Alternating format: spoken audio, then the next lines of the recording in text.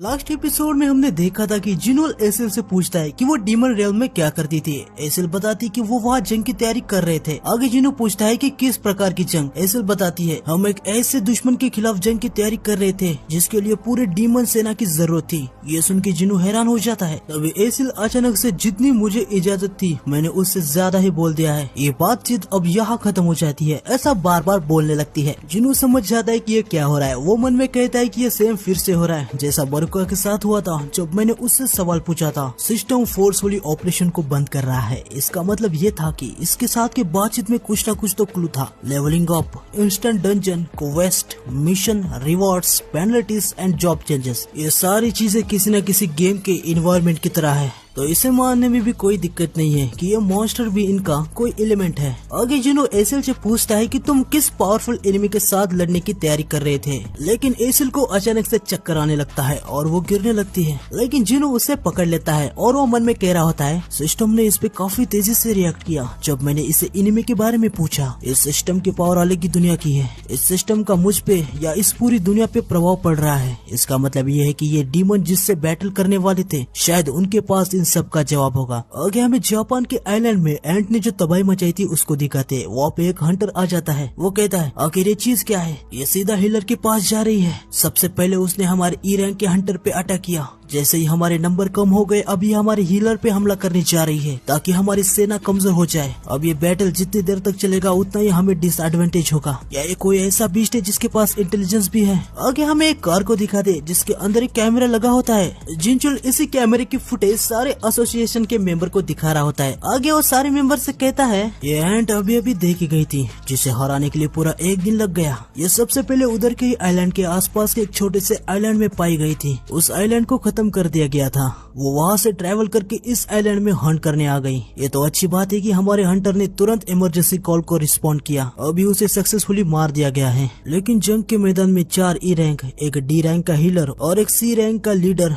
मारे गए। जंग के बीच में एक ए रैंक का हंटर ज्वाइन हुआ और उसके वजह से उस एंड को सक्सेसफुली एलिमिनेट किया गया। तभी वहाँ का एक मेंबर कहने लगता है तो तुम सीधे सीधे शब्दों में ये कहना चाहते हो कि एक हंटर को हराने के लिए कम से कम एक ए रैंक का हंटर चाहिए। आगे जिनचुल कहता है इस म्यूटेंट एंड की वजह से वहाँ के 294 रहवासियों के साथ दुर्घटना हुई है। वहाँ 108 हंटर को भेजा गया था। ऐसा कहा जा रहा है कि म्यूटेंट एंड को खतरा महसूस हुआ तो उस जगह से वो उड़ने लगी। जापान के हंटर एसोसिएशन ने कहा है कि उन्होंने ऐसे ही 108 हंटर को नहीं भेजा था। एशिया के सारे देशों में से जापान का नेटवर्क सबसे अच्छा और ऑर्गेनाइज्ड है। इससे ये पता चल जाता है कि जापान को भी कितनी ज्यादा दिक्कत हुई है। तो वो एंड्स कोरिया के मेन लैंड में आ गई तो कोई नहीं जानता कि क्या होगा। 2 मेंबर्स धीमी आवाज में बात कर रहे थे। वो कहते हैं जापान की तरह हमारे देश में भी कई लैंड्स है पर हम इतने कैपेबल नहीं है कि हर लैंड की देखरेख कर सके। आगे मिस्टर गो कहते हैं एक आइलैंड जो चेजू आइलैंड से 150 किलोमीटर दूर था उस पे अटैक हो गया। अगर वो एंट्स इतने दूर उड़ के जा सकते हैं इसका मतलब वो सिर्फ तट तक ही नहीं बल्कि पूरे मोकोपो सिटी पे उड़ने की भी क्षमता रखते हैं। आगे कुछ मेंबर कहने लगते हैं अगर उन्होंने अपना रास्ता चेंज किया तो वो नॉर्थ रीजन के जैंडो और वॉन्डर देश तक भी पहुंच सकते हैं। साउथ कोरिया सभी आइलैंड पे जापान की तरह हंटर नहीं भेज सकती। फिर भी हमने हंटर को भेज दिया तो वो उन एंड का खाना बन जाएंगे। मिस्टर गो मन में सोच रहे थे ऐसे हालात में अब साउथ कोरिया की हेल्प करने कौन आएगा, चाइना या फिर रशिया। इनके पास काफी सारे हंटर्स है लेकिन उनके हालात भी सेम है। उनके पास भी काफी सारे लैंड्स है जिनको उन्हें प्रोटेक्ट करना होगा। यूएसए तो बिल्कुल भी नहीं आएगा। वो तो हमारे यहाँ जब पहला एस रैंक का गेट ओपन हुआ था तब भी नहीं आए थे। ये सब सोच के मेरा तो सर दर्द करने लगा है। तभी वहाँ पे जिनचुल आ जाता है। वो मिस्टर गो से कहता है कि मैंने मीटिंग के टाइम एक बात नहीं बताई थी, हम सीक्रेटली किसी के साथ कनेक्टेड है। मिस्टर गो पूछते है किसके साथ। जिनचुल बताता है कि स्कैवेंजर गिल्ड के मिस्टर वोंग डाउसू। उसने बताया कि वो आने वाली जेजू आइलैंड के रेड में पार्टिसिपेट करने वाला है। ये सुन के मिस्टर गो थोड़े हैरान हो जाते हैं। वो कहते हैं उसके इरादे हमेशा पक्के होते हैं। जिनचुल कहता है हाँ सर, उसका टारगेट है संग जिनू। मिस्टर गो कहते हैं तो तुम उसका सामना कैसे करोगे। जिनचुल कहता है मैंने एक रिक्वेस्ट रखी है कि वो कोरिया में प्रवेश नहीं कर सकता और इसके लिए मैंने रेड गेट के इंसिडेंट के समय को मिस्टर बेक से उनके बयान की हेल्प ली है। हालांकि मिस्टर वोंग अकेले हंटर नहीं है जो हमसे कनेक्टेड है। मिस्टर गो कहते हैं क्या कोई और भी है? जिनचुल बताता है एक कॉल आया था नेशनल लेवल हंटर से। फिर हमें नेशनल लेवल हंटर की हल्की से एक झलक दिखाते हैं। आगे हमें जिनो की तरफ का सीन दिखाते हैं जहाँ एसिल जाग जाती है। वो मन में कह रही थी कि मैं कब सो गई। जिनो से कहता है तो तुम जाग गई। लगता है सारे डीमन एक दूसरे के साथ फ्रेंडली नहीं है। हम देखते कि भाई जिनो ने काफी सारे डीमन को मार दिया होता है। वो कहता है इन्होंने तुम पे अटैक करने की कोशिश की। एसिल जिनो को काफी हैरानी से कहती है क्या जब मैं सो रही थी तो तुमने मुझे प्रोटेक्ट किया? तुम्हारा बहुत बहुत शुक्रिया। आगे वो बताती है कि जिन डीमन के पास इंटेलिजेंस नहीं होती उन्हें डीमन कंसिडर नहीं किया जाता और जिन डीमन के पास इंटेलिजेंस होती है वो अलग होते हैं। जिनो एसिल से पूछता है एंट्री परमिट के पास जाने के लिए कितना टाइम लगेगा। आगे हम एक कासल को देखते हैं। एसिल यहाँ पे जिनो को लेके आई थी। जिनो मन में कह रहा था एक डीमन कासल के अंदर और एक डीमन कासल। एसिल एक गार्ड से पूछते है कि मेरे फादर कहाँ पर है। गार्ड उसे बताता है कि लेडी एसिल वो थ्रोन वाले रूम में है। वो गार्ड जिनो को देखता है और वो एसिल से कहता है कि आपके पीछे ये इंसान कौन है। एसिल कहती है कि ये मेरा काफी इम्पोर्टेंट गेस्ट है, जरा रिस्पेक्ट दिखाओ। आगे वो दोनों थ्रोन वाले रूम में आ जाते हैं। एसिल अपने फादर से कहती है फादर मैं अपने साथ किसी को लाई हूँ। जिनो मन में कहता है ये थ्रोन रूम है।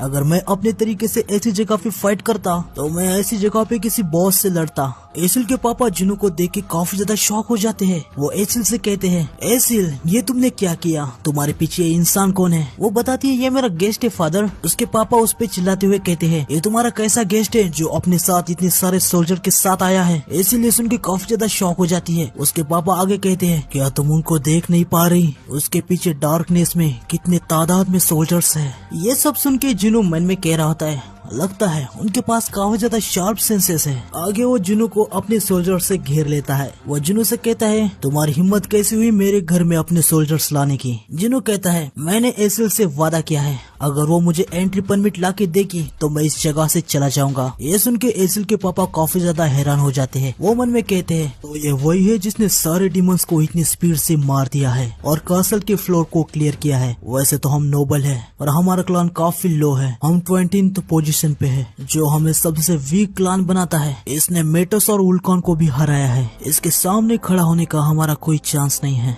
आगे वो जिनो से कहते हैं तो तुम्हें बस एंट्री परमिट चाहिए। लेकिन तभी जिनो एकदम से एसिल का कंधा पकड़ लेता है और कहता है मेरी और एक गुजारिश है, मैं इसे थोड़ी देर के लिए अपने साथ ले जाना चाहता हूँ। वो मन में कहता है एसिल ने मुझे कहा था कि ऊपर वाले फ्लोर के परमिट की भी लोकेशन उसे पता है। उनको ढूंढने के लिए मुझे इसकी गाइड की जरूरत पड़ेगी। और लगता है मैंने कुछ गलत कह दिया। हम देखते हैं कि एसिल के पापा काफी ज्यादा गुस्से में आ जाते हैं। आगे हम देखते हैं कि सभी लोग खाना खाने बैठ जाते हैं। जिन्होंने उनको बता दिया कि उसे एसिल को अपने साथ गाइड के लिए ले जाना है। एसिल के पापा जिनो से कहते हैं तो तुम्हें एंट्री परमिट और गाइड चाहिए, बस इतना ही ना? जिनो मन में कह रहा होता है शायद इनको पहले गलतफहमी हो गई थी जब मैंने इनसे पूछा था कि मुझे एसिल को अपने साथ ले जाना है। आगे एसिल के पापा अपने मन में कह रहे होते हैं एक ह्यूमन के साथ बातचीत करना हमारे प्राइड के खिलाफ है, पर मुझे पता है ये मॉन्स्टरस ह्यूमन उन डार्क सोल्जर का मास्टर है। मुझे इसके साथ बैटल नहीं करनी चाहिए। फिर वो जिनो को कहते हैं तुम मेरी बेटी को खतरे में तो नहीं डालोगे? जिनो मन में कहता है एक मॉन्स्टर जो अपनी बेटी की चिंता कर रहा है।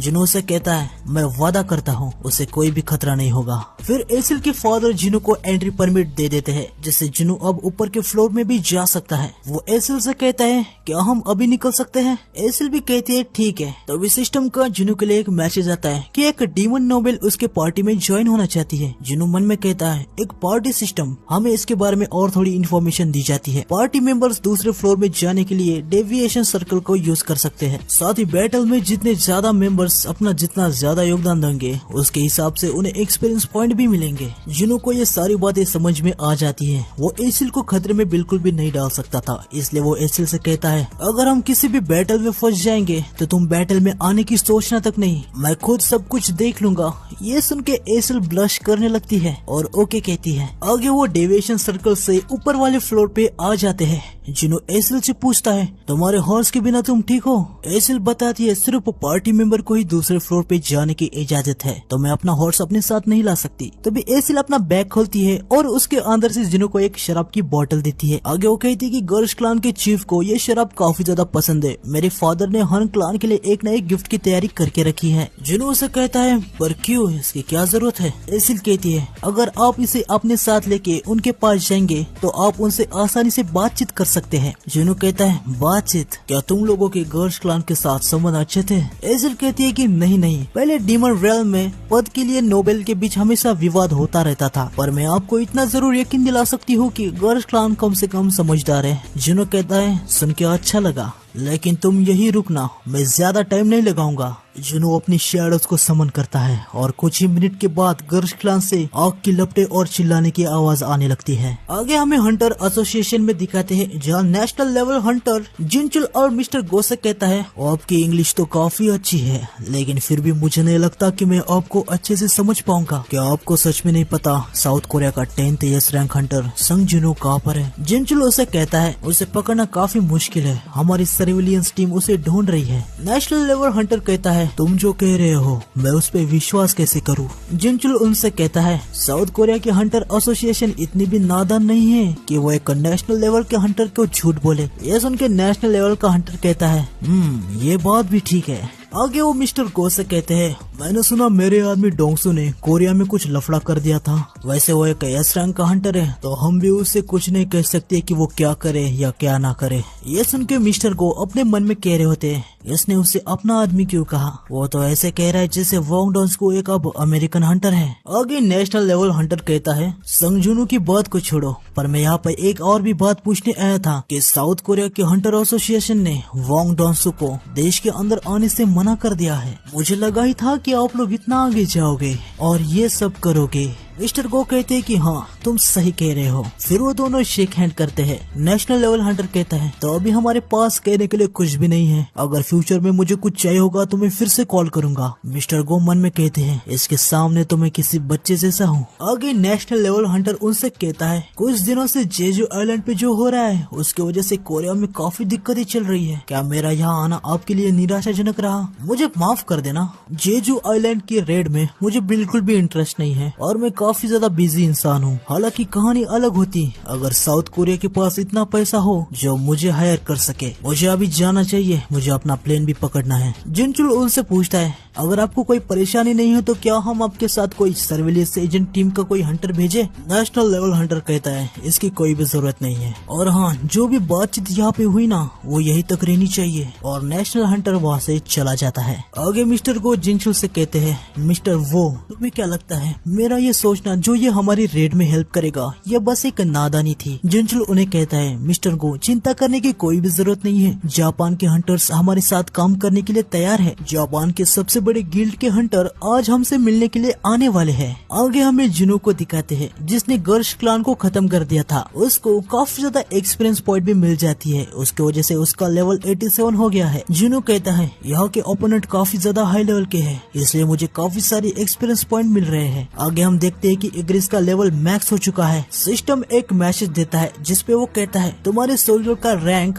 रिक्वायर्ड लेवल तक पहुंच चुका है। हालांकि अगर मोनार्क चाहे तो इसकी रैंक एडवांस में और भी आगे ले जा सकता है। साथ ही टैंक का भी लेवल मैक्स हो चुका है और सेम जुनू चाहे तो टैंक का भी रैंक एडवांस में बढ़ा सकता है। जुनू के सामने एक मैसेज आता है कि क्या वो शैडोज की रैंक एडवांस में बढ़ाना चाहता है। जुनू इसे एक्सेप्ट कर लेता है। हम देखते हैं कि इग्रिस और टैंक अचानक से एडवांस होने लगते हैं। इग्रिस जो पहले नाइट था अब वो इलाइट नाइट बन चुका है और जो टैंक जो पहले इलाइट था अब वो नाइट बन चुका है। एडवांस होने के बाद जुनू इनके फिर से नए नाम रख सकता है, पर जुनू उनके पुराने नाम ही रहने देता है। आगे जुनू कहता है इग्रिस अब एस रैंक के हंटर के बराबर है और टैंक ए रैंक के हंटर के बराबर है। आगे एसिल जुनू से कहती है जुनू सर आपको पता है आपने अभी तक कितने क्लान को खत्म कर दिया है? जुनू कहता है अभी हम 89th फ्लोर पर है, तुम्हारे क्लान को छोड़ दिया जाए तो मुझे लगता है 9 क्लान। ये सुन के एसिल शॉक हो जाती है। वो जुनू से कहती है अब 19th फ्लोर के टॉप नोबल्स क्लान के मेजर्स हर फ्लोर पे है और वो एक हाई रैंकिंग नोबल्स है, वो काफी ज्यादा स्ट्रॉन्ग है। अगर आप उनके साथ कुछ ऐसा कर दे जैसे हमारे साथ किया तो वो शायद आपको परमिट दे दे। लेकिन जिनू उसे कहता है अगर मैं तुम्हारे क्लान से कमजोर होता तो क्या तुम लोग मुझसे बातचीत करते? ये सुन के एसिल काफी ज्यादा शॉक हो जाती है। आगे जिनू से कहता है वैसे तुमने मुझसे कहा था ना कि तुम लोग पद के लिए काफी ज्यादा लड़ते थे,